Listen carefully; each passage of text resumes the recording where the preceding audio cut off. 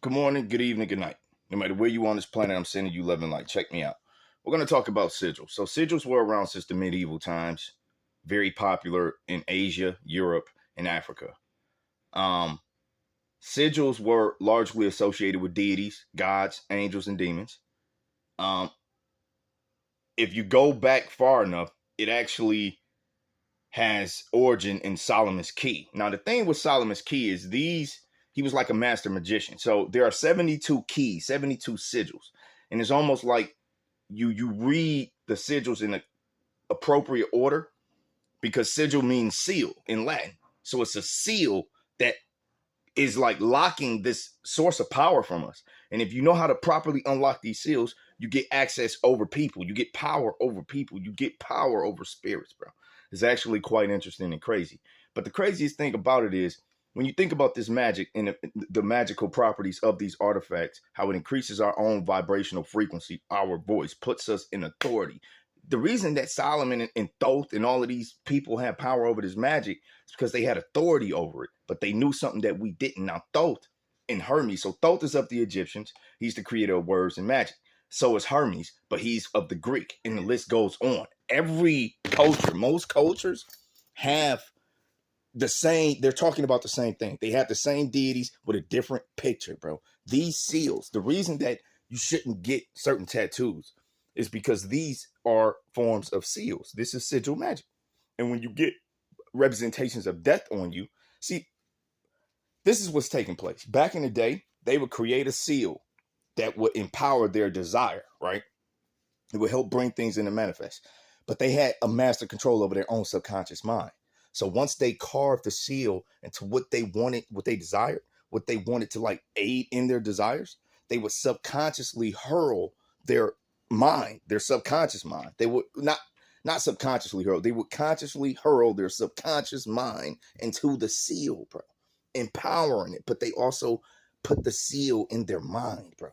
So now it's literally they're projecting, they're creating with their mind's eye what they want through force of will, through creativity.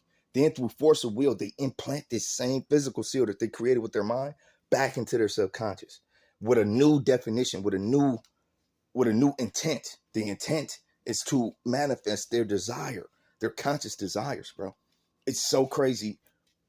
It's hard to really even understand how they did this. This is why they're master magicians, but they also had knowledge, Gnostic knowledge, bro, that we don't have. So when people go around getting tattoos, this is why it's important not to mark your body. You are putting seals on it. There is a covenant between you and God. You put a different seal on that covenant. You are the covenant. You are the temple. The temple.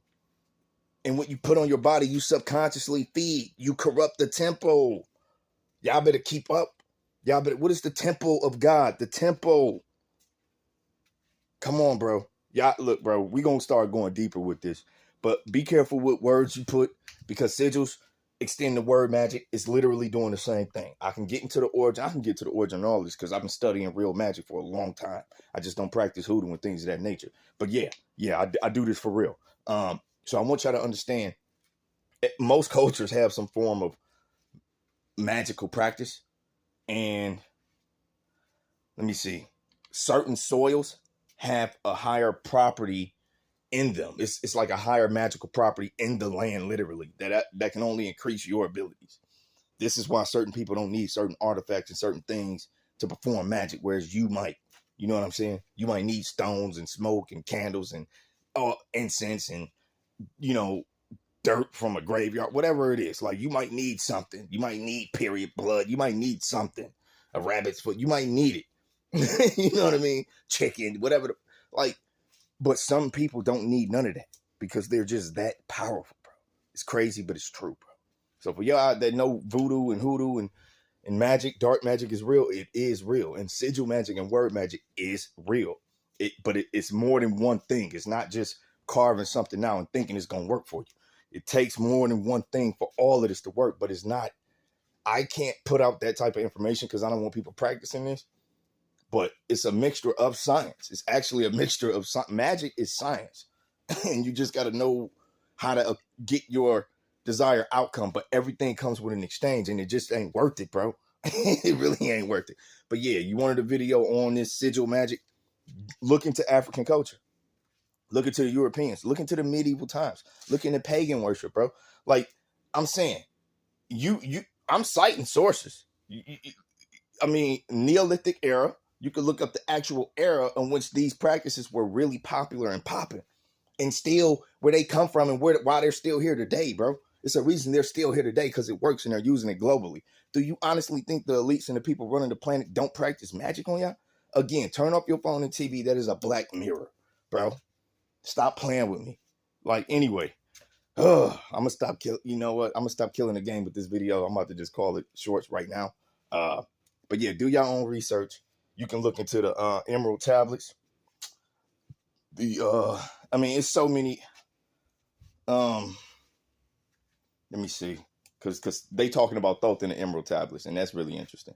Obviously, you can look into Greek culture. Hermes, his origin. He's a very popular one. He's in video games, things of that nature. I would say the Egyptians, though, is like really important. African culture. Africans definitely. Haitian voodoo. Researching that. New Orleans, things in New Orleans. I don't know.